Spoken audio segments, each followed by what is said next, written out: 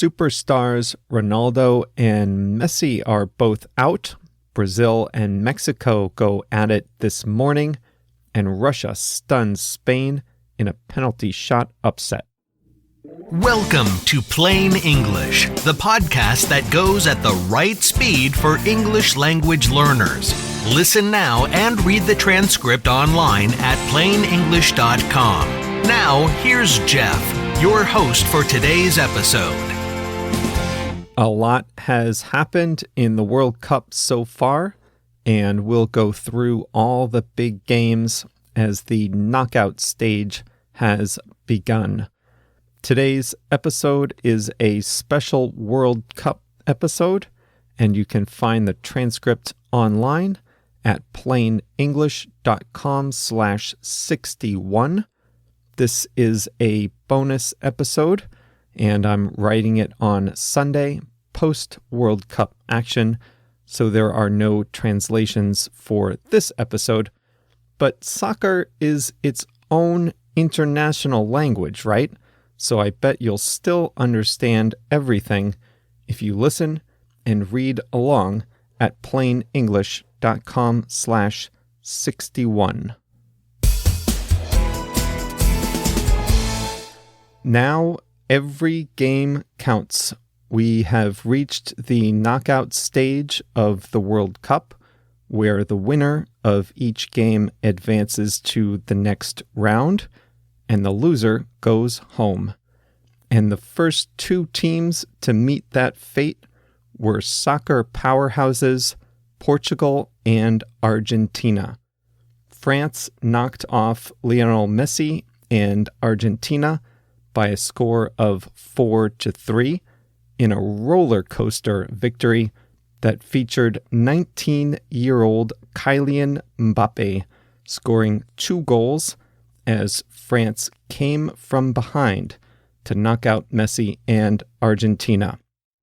If you have trouble pronouncing Mbappe, you can just call him Donatello. That's what his teammates call him, since he looks like the Teenage Mutant Ninja Turtle named Donatello. Whatever you call him, the young French forward has made a splash in this World Cup. He is the youngest player since Pelé in 1958 to score 2 goals in a single World Cup knockout match. He outshined Lionel Messi, and some are now wondering if the Frenchman will establish himself as one of the game's best in the coming years.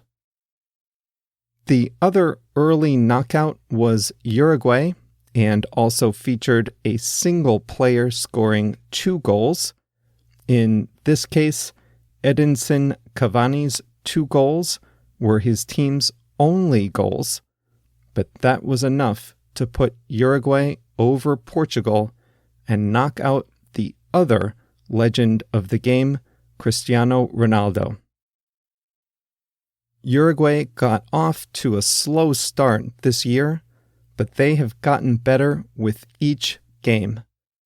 They will face France, Les Bleus, in the quarterfinals on Friday. It was heartbreak for Spain and jubilation for host Russia yesterday morning. They fought to a 1-1 draw after regulation time, but in the knockout round, there is no such thing as a draw. The game went to penalty shots, and when goalkeeper Igor Akinfeev deflected Iago Aspas's final penalty shot attempt, the celebrations broke out for real in Moscow and around Russia. Just a day earlier, the Russian coach had said, "Anyone can be a god if he tries." Croatia also knocked out Denmark in the second game yesterday, setting up a quarterfinal matchup between Croatia and Russia. Belgium, Croatia, and Uruguay came out of the group rounds undefeated, Croatia and Uruguay have already won their first 2 games in the knockout round. Belgium will face Japan tomorrow. The most anticipated game on the schedule right now is Brazil against Mexico, and that is actually today, Monday morning at 9 a.m. Mexico time. Depending on when you are listening, that game may already be over. Mexico has played well so far, and they are eagerly anticipating the chance to knock off Brazil. They have never beaten Brazil in the World Cup and haven't defeated them in international play in 6 years. But Mexico captain Andrés Guardado says it's the game of their lives, and the chance to knock off 5-time World Cup champion Brazil is all the motivation they need to bring their best. This is the 7th consecutive time Mexico has made the knockout round of a World Cup, but they have never won the tournament. This World Cup is shaping up to be a popular one, but not a record-breaking one from an audience standpoint. I saw a stat that TV ratings in the United States are down over 40% from last time. Not surprising, since the games are on while most of America is either sleeping or at work. Ratings are doing well in Europe, despite an early exit from Germany, one of the biggest TV markets. But England and France's successes so far are expected to keep European ratings high. Here's a quick warning if you watch pirated free streams online. Cyber criminals are using the opportunity to send malicious code to your computer. So if you're watching on some illegal website, make sure you don't download anything from that site. And if you have the opportunity to watch at a restaurant or a friend's house, do that instead of watching an illegal stream. A couple quick stats before we wrap up today. Harry Kane of England leads all players with 5 goals so far this World Cup. When Japan beat Colombia in the group stage, that was the first time an Asian country beat a South American country at the World Cup. I want to say hi to a couple of listeners today. First of all, Diego, who is originally from Colombia. He said he's been listening since the very beginning. That's almost 6 months now. Right now, he's living in Brisbane, Australia, so a big hello to Diego from down under. I also want to send greetings to Carolyn from Brazil.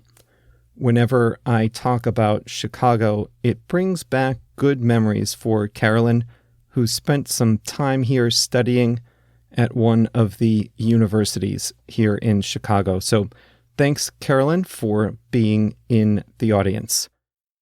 If you would like to get in touch with the program, you can connect with us on Twitter and Facebook with the username Plain English Pod. The English phrasal verb I want to talk about today is shape up. There are 2 meanings to this one, and I'll share them both with you today. First, the way I used it. This World Cup is shaping up to be a popular one. That means this World Cup is developing into, or looks like it is becoming, a popular one. When you say shape up in this case, you mean developing into or becoming something. If I said, today is shaping up to be another really hot day in Chicago, which it is, what I mean is that it's starting to get warm and it looks like today will be another really hot day. If I said, this episode is shaping up to be one of the best ever in the history of plain English, well, you might doubt it if you're a fan of Portugal or Argentina, but if you're in France or Uruguay, you might think this is shaping up to be, or this is becoming, one of the best episodes you've ever heard. So that's one way to use shape up. The second way to use shape up is when you want to say someone improves him or herself. If you were a kid in the United States, and I suspect in other English-speaking countries, then you are all too familiar with this phrasal verb. How many times have kids heard, you need to shape up? You need to shape up. That means you need to improve. You need to turn things around. You need to get better. Stop doing this bad behavior and shape up. If you get bad grades, mom and dad might say, you really need to shape up in school. If you're on a sports team and you're not concentrating or trying your best, your coach might tell you that you need to shape up or you'll have to sit on the bench. I was a good kid. I didn't hear shape up too much. Hey, I have a question. And by the way, that's the end of the main content of today's episode. But I have a half-serious, half-joking question. As you know, I'm not a big soccer fan, and every 4 years during the World Cup, I try to learn a little more about the game. So I have a question for the soccer fans out there. When you watch these games, you see the players screaming at the players on the other team. My question is, what language are they speaking? Like when Mexico plays South Korea, are the Mexicans screaming at the Koreans in Spanish? And vice versa? I really don't know. Or do the Mexicans get a crash course on some of the worst insults in Korean just before the game? Or do they speak the international language of English? I'm only half joking. This isn't essential to my understanding of soccer, but I really am curious. If you know, send me a note to Jeff, Jeff, at plainenglish.com. That's all for today. Remember that we have regular non-soccer episodes coming up on Wednesday and Friday. Wednesday's episode will come out on July 4th, Independence Day, here in the United States, and we will talk about how we celebrate the 4th of July here in the U.S.